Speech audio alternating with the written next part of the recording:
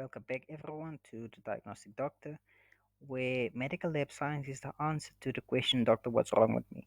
Today, we're going to talk about something that can literally ignite our curiosity, and that's gas and fire. So, let's make sure that we're well informed and that we always stay safe in the lab. Gasoline is like a bad idea, it can ignite a fire, but it's best to keep it at a safe distance. Remember, gas and fire are like a bad relationship, like a toxic relationship. You keep them apart, or you'll end up with a whole lot of regret and a trip to the emergency room. First up, let's discuss how to handle compressed gas cylinders safely. Remember, safety first. Your safety comes first. You always secure the gas cylinders with a metal bracket fixed to a wall or a bench because no one likes a runaway gas cylinder because a runaway gas cylinder can explode at any time. You keep safety collars on the gas cylinders until you're ready to install the gauge. Think of it as keeping a helmet on the gas cylinder until it's ready for action, until it's ready for war. Not necessarily war like a gas explosion, but until it's ready for action. We should never remove these collars unless the cylinder is firmly secured because safety is key. Let's talk about identification and transportation. Always check that the contents of the cylinder are clearly labeled and note the date of receipt. If it's not labeled, never accept it. Don't accept it. Think of it as a mystery gas, and we don't want mystery explosions to happen in the lab. We don't want to be guessing. We are medical lab scientists.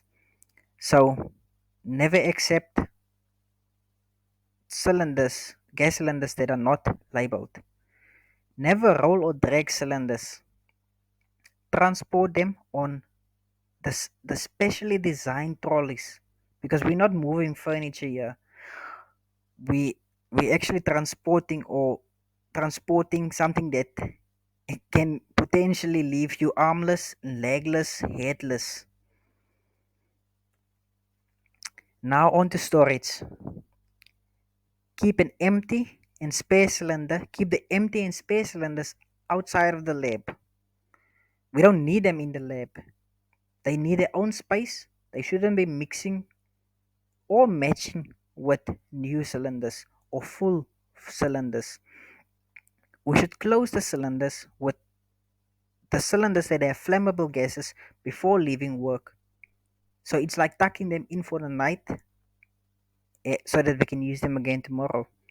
And remember to promptly return the empty cylinders to all the suppliers or to the one supplier because they really appreciate it when we return the cylinders.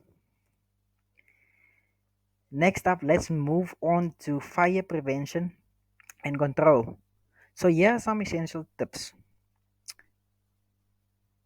Purchase reagents in the smallest quantities necessary. Less is more when it comes to flammable materials.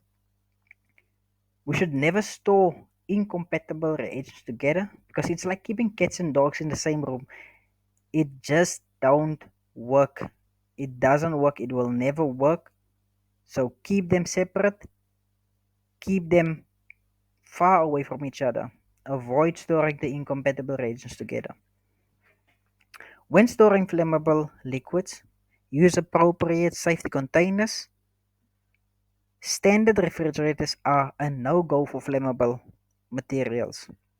Assign responsibilities for fire emergencies. Make sure that everyone knows who's the fire captain in the lab because this person will be in command or the first responder to fires because this person carries the responsibility of knowing how to work with a fire extinguisher, how to operate and use a fire blanket, for example. And remember that smoking is prohibited in the lab at all times because we're not trying to create dramatic movie scene or anything.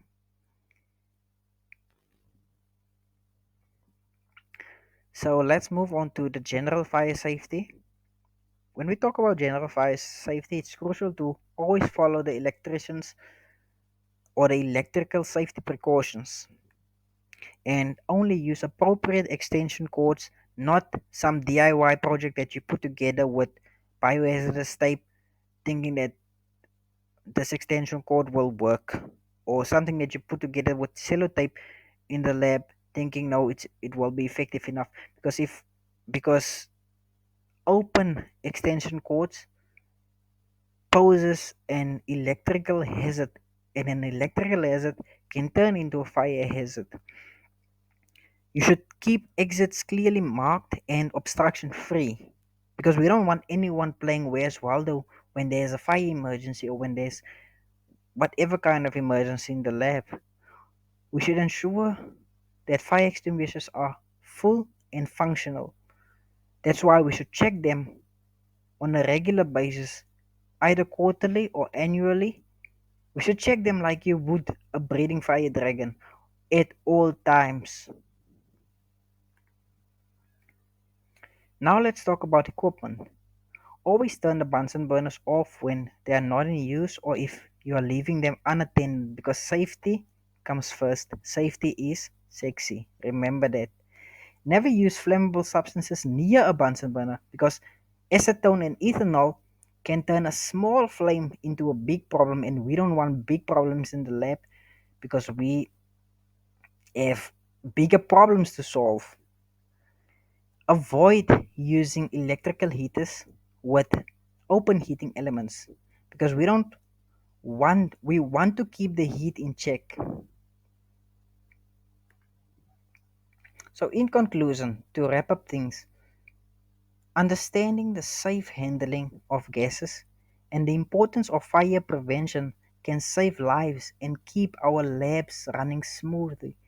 So let's remember to always prioritize safety and keep our lab adventures exciting but secure.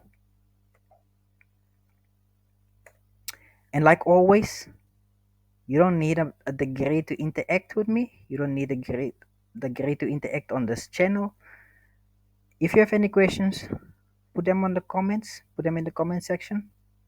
Post them on our Facebook page. We'll respond, hopefully. Thank you.